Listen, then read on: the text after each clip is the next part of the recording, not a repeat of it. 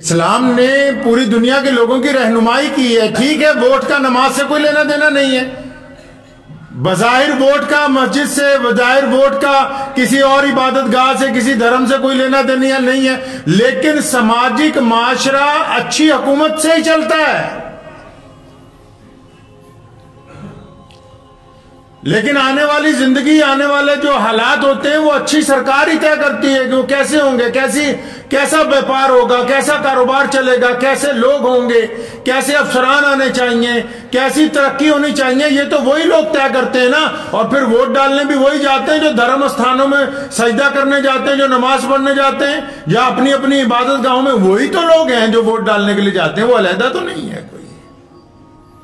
तो सिर्फ मेरी थोड़ी, सारे धार्मिक लीडरों की जिम्मेदारी बनती है कि जब कभी चुनाव आए तो कम से कम लोगों को, चाहे वो किसी पार्टी के साथ नहीं हो, फिर भी कम से कम वो लोगों को इतनी बात जरूर समझाएं कि वोट डालने से पहले अच्छे और बुरे की तमीज करना इंसानी जिंदगी के लिए फर्ज बात है। इस्लाम में वोट को गवाही का नाम दिया गया कि वोट डालना गवाही की बात है। और कुरान पाक में अल्लाह ने फरमाया कि जब तुमसे गवाही मांगी जाए, जब तुमसे पूछा जाए कि हाँ बताओ ये हालात सही हैं, ये बताओ ये बंदा अच्छा है कि नहीं अच्छा, तो उस वक्त तुम गवाही जब देने लगो तो सच्ची गवाही देना, झूठी गवाही नहीं देना। गवाही वो हो जो सच्ची हो। ये थोड़ी है कि वो आपके मजहब का कोई आदमी अगर वोट में खड़ा है, आपकी बरादरी का आदमी कोई वोट में खड़ा है, आपके परिवार का आदमी कोई वोट में खड़ा है, और अगर उसका किरदार अच्छा नहीं है, उसका कैरेक्टर अच्छा नहीं है, वो लोगों के लिए अच्छा नहीं है, तो सिर्फ उसको आप इसलिए वोट देने लगे कि मैं इसी कबीले का बंदा हूं, तो फिर गवाही जो है वो झूठी हो जाएगी। वो कहते ना बार बार, जिन्ना गुड़ पाओगे उन्ना मिठा। हुण जेड़े वोट वेचण लई जांदे भज भज के भी साडी वोट खरीद लो, साडी वोट खरीद लो, तो ये तो हराम है। वोट खरीदना, वोट बेचना हराम है। इस्लाम में ही सिर्फ हराम नहीं है, दुनिया के दस्तूर में हराम है, इंसानी कायदे कानून के अंदर हराम है, माशरे के अंदर हराम है। अगर हलाल होता तो सारे बाजार न बिकती, अगर हलाल होता तो चौराहों पे खड़े होके ना वोट खरीद ली जाती।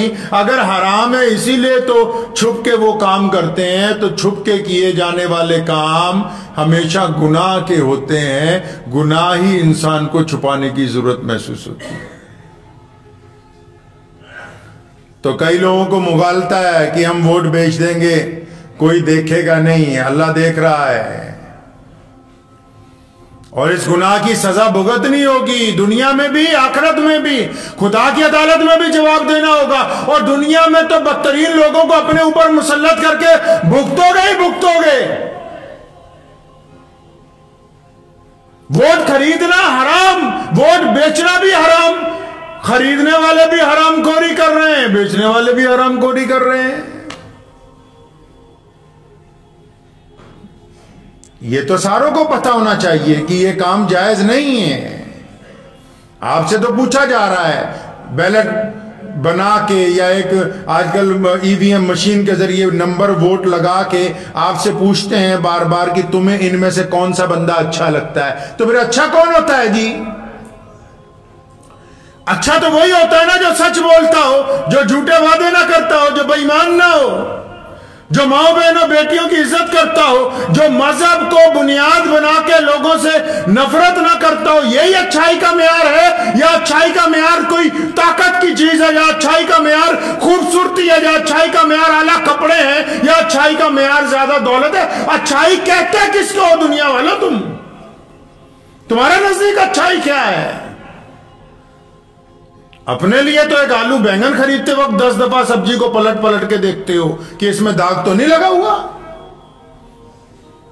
और अपने देश के लिए जब किसी को चुनने लगे, अपने शहर के लिए किसी को चुनने लगे, अपने मोहल्ले के लिए किसी को चुनने लगे, फिर उस वक्त तुम्हारी आंखों के आगे मजहब की पट्टी आ जाए, अपने बरादरी की पट्टी आ जाए, अगर कुछ नहीं तो दौलत की पट्टी आ जाए, तो लानत है ऐसी आंखों के ऊपर जो अच्छाई और बुराई के अंदर तमीज नहीं कर सकती है। ये गुनहगार आंखें, ये पैसे ज्यादा दिन नहीं चलने वाले जो ले रहे हैं, ये शराब की बोतलें ज्यादा दिन नहीं चलती हैं, ये राशन के थैले ज्यादा दिन नहीं चलते। लोग समझते हैं कि हम बुराई को बुराई के साथ खत्म कर देंगे, हो ही नहीं सकती। बुराई बुराई के साथ खत्म नहीं हो सकती। इसलिए जब कभी कोई आदमी आपके पास वोट खरीदने के लिए आ जाए तो आप उसको साफ तरीके से इनकार करें कि हम ये वोट नहीं डाल रहे, हम अपने जमीर की आवाज डालने के लिए जा रहे हैं। और जो लोग अपना जमीर ही बेच दें फिर तो वो जिंदा चलती फिरती लाशें हैं। जमीर फरोशों का कोई दीन धर्म नहीं हुआ करता। जमीर बेचने वालों की आंखों में शर्म नहीं होती, हया नहीं होती।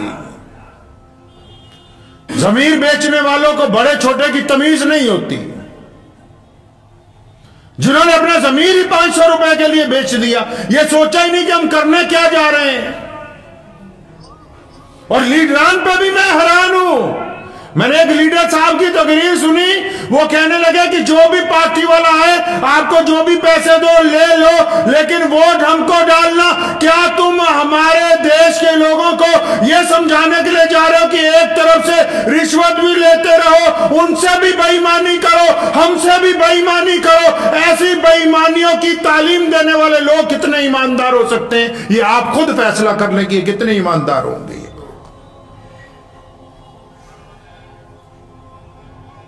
कईयों ने समझा कि लोग भिखारी हैं। किसी ने कहा कि चाय की पत्ती दे रहे हैं, किसी ने कहा कनक दे रहे हैं, किसी ने कहा आटा दे रहे हैं, किसी ने कहा लैपटॉप दे रहे हैं, किसी ने कहा स्कूटर दे देंगे। मैं किसी पार्टी का नाम नहीं लेना चाहता हूं, लेकिन मैं पिछले 20-25 दिन से जब रोज अखबार पढ़ता हूं, बाज़ औक़ात तो हंसी आ जाती है। इधर कोई कहता है 1100, दूसरा कहता है 2100, तीसरा कहता है पक्का 3100, कोई कह रहा है 50,000 शगन स्कीम, तो अगले वाला कह रहा है 75,000 दे देंगे। किस बात की बोली लगा रहे हो इन बाइज्जत लोगों की? ये बात क्यों नहीं करते कि हम तुम्हें आत्म सम्मान देंगे, हम तुम्हें ऐसी सरकार बना के देंगे जिसमें इज्जत के साथ तुम खुद भी खाओगे, दूसरों को भी खिलाओगे। कई लोग मजहब का तड़का लगाते हैं वोट में। हमारे यहां भी पिछले एक हफ्ते में कई लोगों ने मजहब का तड़का लगाया, दबा के तड़का लगाया कि ऐसा करोगे तो हम ऐसा कर देंगे। वोट का मतलब आजादी के साथ अपनी राय देना है। जो लोग मजहब के नाम पर अपनी ही कौम को डरा के, अपनी खामियां छुपा के वोट लेना चाहते हैं, तो उनका जमीर भी जिंदा नहीं है। वो भी अपने जमीर के साथ कब से समझौता कर चुके, मुर्दा जमीर है।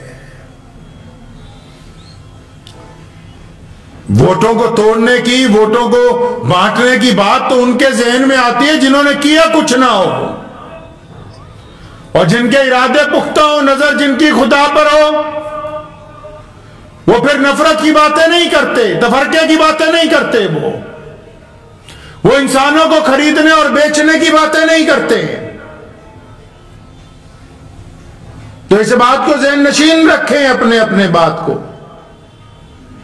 कि जब आप वोट डालने जाते हैं तो अपने जमीर की आवाज के ऊपर, इस्लाम ने कहा ना कि ईमान की तीन अलामतें, ईमान की हदीस पाक में आया ना, ईमान वाले की 3 अलामतें। पहली, अगर बुराई को देखता है तो अपने हाथ से बुराई के लिए रोकता है कि ये काम गलत है, इसको मत करो। दूसरी, अपनी जुबान से रोकता है। तीसरा, कम से कम दिल में बुरा मांगता है। तो वोट डालने के लिए तो आपका हाथ आजाद है, उसमें कोई रुकावट तो नहीं है। तो क्या आपको अब इतनी तमीज भी नहीं रही लोगों को कि बुरा कौन है और अच्छा कौन है? और मैं फिर कहता हूं कि बुरा आप किसी को मजहब के आधार पर मत बुरा बनाइएगा, किसी को धर्म के आधार पर बुरा ना बनाएं।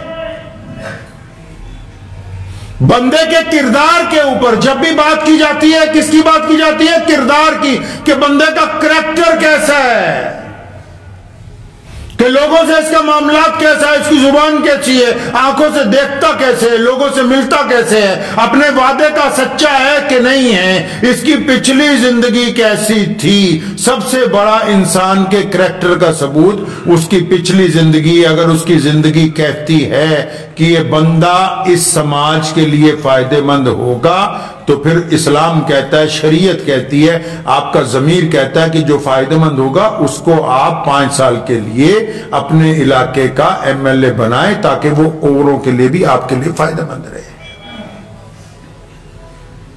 लेकिन किसी भी कीमत के अंदर, चाहे घर में खाना हो चाहे ना हो, आज लोगों ने मियार बहुत गिरा लिया है इसका। हमारे यहां तो और बहुत बड़ा लोचा है वोटिंग में। मैं इलेक्शन कमीशन साहब को भी कहता हूं कि ये जो कानून के अंदर लोचे हैं, यानी कमियां हैं, इनको भी दूर करना चाहिए। ये क्या बात हो गई कि एक आदमी चुनाव जीतने के लिए 20-25 बोगस उम्मीदवारों को खड़ा करता है कि उम्मीदवार फला फला धर्म की, जात और बरादरी की इतनी इतनी वोटें काटेंगे और मैं जीत जाऊंगा। ये तय कीजिए कि जब तक जीतने वाला कुल आबादी की 80% वोट नहीं लेके जाएगा तो उसको कभी भी जीता हुआ नहीं माना जा सकता है। लीडरान ये करेंगे नहीं, ये जो बात मैं आपको बता रहा हूं, लेकिन अपने इलेक्शन कमीशन से इसलिए गुजारिश कर रहा हूं कि हमारे पड़ोस में एक छोटा सा मुल्क है मुसलमानों का मालदीव।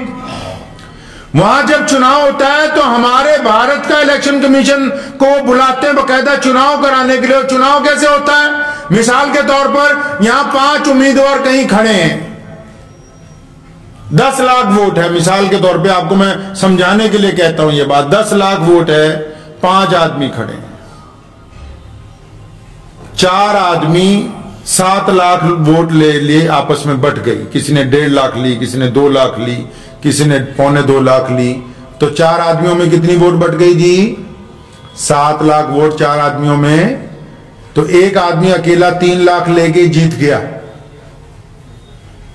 तो मालदीव में वहां का जो कानून है उन्होंने बनाया, शरीयत के मुताबिक उन्होंने कहा कि जो बंदा 10 लाख में से वोट डिवाइड करके 3 लाख लोगों को लेके जीता, ये जीता नहीं है जब तक सीधे 7 लाख वोट इस अकेले आदमी को नहीं पड़ेंगे। पढ़ लीजिए उसके कानून। यहां ये कानून जल्दी राजनेता बनने नहीं देंगे, क्योंकि फिर तो ये वोटों का ध्रुवीकरण खत्म हो जाएगा, फिर तो ये बंदरबांट जो है इसका किस्सा खत्म। मजे की बात तो ये देखिए, 25 लाख की आबादी होती है, एक बंदा 5 लाख दे के जीत जाता है, बाकी 20 लाख वोट बट गई। 50 अंदाजा लगाएं कि 20 लाख आदमी जिन्होंने इसको वोट नहीं डाली वो चुपचाप उसके नीचे लग गए, 5 लाख ने उसको डाल के जिता दिया। इसका मतलब ये वोटों के दरमियान कहीं ना कहीं कोई कमी है जिसको दूर करने की जरूरत है। पिछली दफा हमारा राष्ट्रपति का चुनाव हुआ, मोहम्मद नशीद साहब शायद खड़े थे, उनको 46% वोट पड़ी। उनके मुकाबले में 3 बंदे थे, बाकी की वोट वो ले गए 54%। तो वहां के चीफ जस्टिस ने कहा नहीं, ये जो 4 वोट तुमसे ज्यादा ले गए, गर्चे ये अलग अलग पार्टियों गए, लेकिन तुम्हारी एंटी वोट ज्यादा है, तुम्हारे पास कम है। आपको बात मेरी समझ आ गई कि नहीं आई? तो इसका मतलब जब तक ये एक बंदा जिसको सारे लोग अच्छा ना समझते हो, जिसको पूरी कॉन्स्टिट्यूंसी के 75% हमेशा 3/3 बहुमत जो है उसी को जब विधानसभा में माना जाता है, तो 3/3 बहुमत उस विधान क्षेत्र में कब मानोगे सरकार जी जहां से वोट पड़ के जा रही है। ये वो बात है जो जल्दी सारे लीडर करेंगे नहीं, क्योंकि अगर ऐसा होगा फिर तो बिल्कुल ही छन्नी लग जाएगी और बहुत अच्छे अच्छे लोग चुन के आगे आएंगे जिनका करैक्टर बहुत अच्छा होगा। लेकिन खैर, जो हमारा दस्तूर है, जो हमारा कानून है, जो हमारे संविधान बना इस देश के अंदर, जिसमें बहुत बड़ी कुर्बानियां अहले इस्लाम ने पेश की मुल्क की आजादी में, उसने लोगों को एक अच्छा तरीका दिया वोट डालने का। क्योंकि जितने भी लोग हैं, चाहे वो किसी भी धर्म के मानने वाले हैं, अपनी वोट को मत बेचें किसी कीमत के अंदर। अगर आपने अपनी वोट बेच दी तो समझ लें कि आपने अपना जमीर बेच दिया है। अपनी ईमानदारी को मरने ना दें, अपनी डिग्निटी को ना मरने दें, अपने आत्म सम्मान को ना मरने दें। और ये जो राजनेता कहते हैं ना पैसे जिससे मर्जी ले लो, वोट सानू पा दियो, ऐसे लोगों की बात भी ना माने। नहीं, रिश्वत लेना हराम है, रिश्वत देना हराम है, वोट खरीदना हराम है, तो वोट बेचना भी हराम है। दुआ की उम्मीद है कि आपको ये वीडियो पसंद आई होगी। अगर पसंद आई हो तो ये आप अपने दोस्तों के साथ शेयर करें और इस चैनल को सब्सक्राइब जरूर करें।